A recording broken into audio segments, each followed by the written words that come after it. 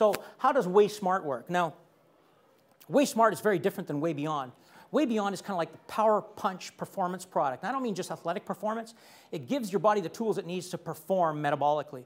Glutathione enhancement, BCAAs, branched chain amino acids that preserve tissue that you use before your workout, various amino acids that help with anabolic drive after your workout. So it's great. But Whey Smart is more like a meal. So what I've done with Whey Smart is put in multiple protein sources that are delivered to the body at a slow release system, okay? So Whey Beyond goes in quick, and that's what you want after your workout. That's what you want daily to build immune system activity. Whey Smart goes in slowly, so it maintains appetite longer, okay?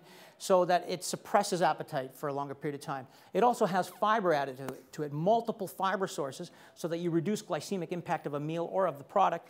No carbohydrates added. You know, people have said, well, hold on a sec, you know, this is supposed to be a meal replacement. No, it's a meal alternative.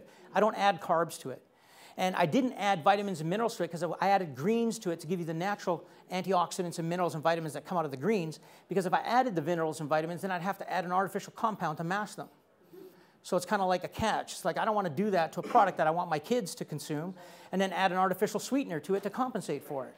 So natural flavor, natural sweetener, and I'm telling you, if I mix, I usually don't like to mix them because they have different purposes, okay?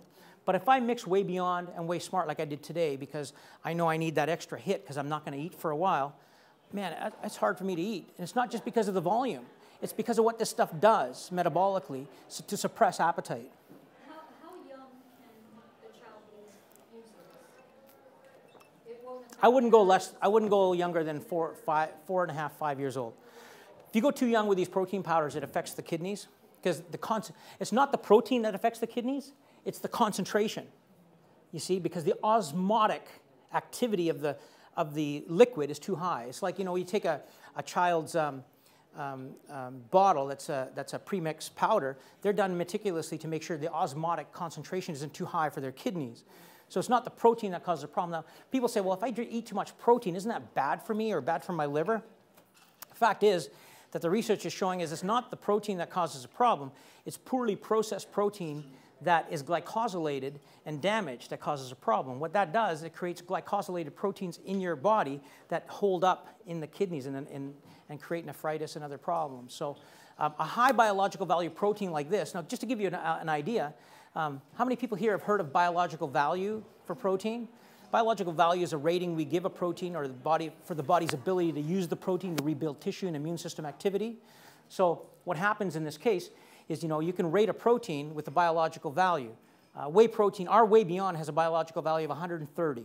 That's very high. Now, how do you relate this to regular food? You know, egg has 100, whole milk has 90, egg white has 90, beef is about 83. So you can relate it that way. Soy protein is about 74, 75. So you look at whey protein, it's double that. Now, the lower you go on the biological value scale, the more the liver and the kidneys have to work to get rid of the stuff it can't use, you see? Because it had a lower biological value protein has stuff in it that the body can't really use, so it has to get rid of these amino acids that don't fit the biological scheme of building muscle and things like that. So I can get into the technical details, but I'm sure you don't want me to.